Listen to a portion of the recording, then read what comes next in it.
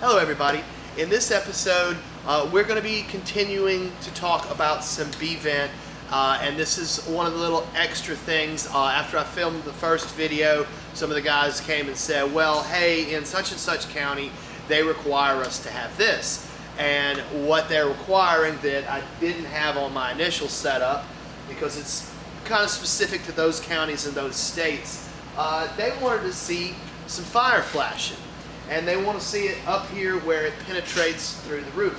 Now, in order to mount your fire flashing, you're going to have a thing they call a register boot rail. Now, yes, this is HVAC stuff. This is not typically plumbing stuff because it doesn't have water running through it.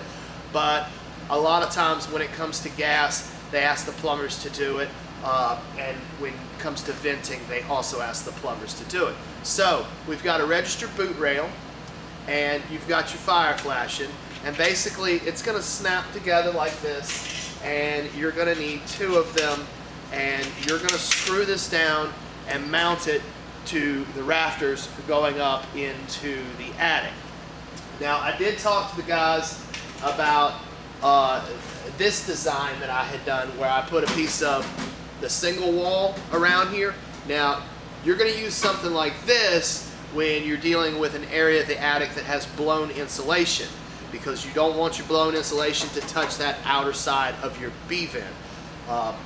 But in this particular area that we were talking about, we're not dealing with blown attic space. It just goes up, there's no insulation, and then it goes out through the roof.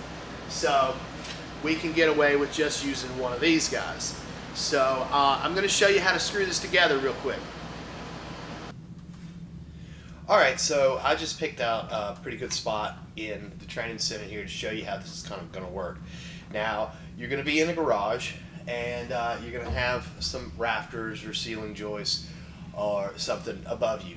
Now, most of the time when we're doing this, you're not going to have blown insulation, so you're not going to have to do that extra single wall A-vent around your B-vent.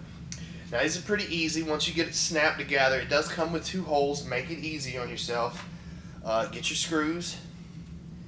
Preferably have a nut driver that is magnetic to hold your screws. These come with two holes on either end. Now, you're not going to use the whole length of the rail, so just get it squared up and use one of those little holes.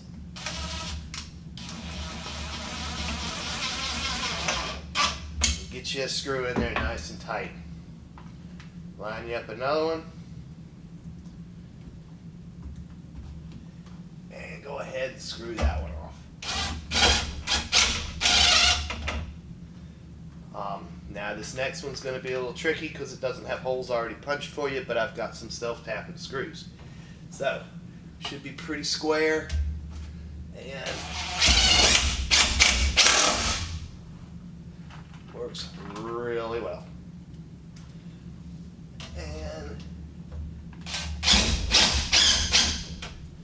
there you go. And you're mounted in there pretty good. Then the next step is you take your section of B-vent and slide it up through your little collar here. Now it's got one little groove there that's going to be kind of tricky, but you push that up in there, get it where you want it, and now that pipe is pretty much secure and it's not going anywhere. And then you can run the rest of your vent off the top of that. You're going to leave this bottom part just sitting there for your trim out guy. They'll sheetrock up to this. You won't see this boot anymore. And that's pretty much it. That is your fire stop and your register boot rails mounted in place. I hope this helps you out. This is just a little extra thing. We don't do this all over the place, but some counties do require it. Thanks, guys.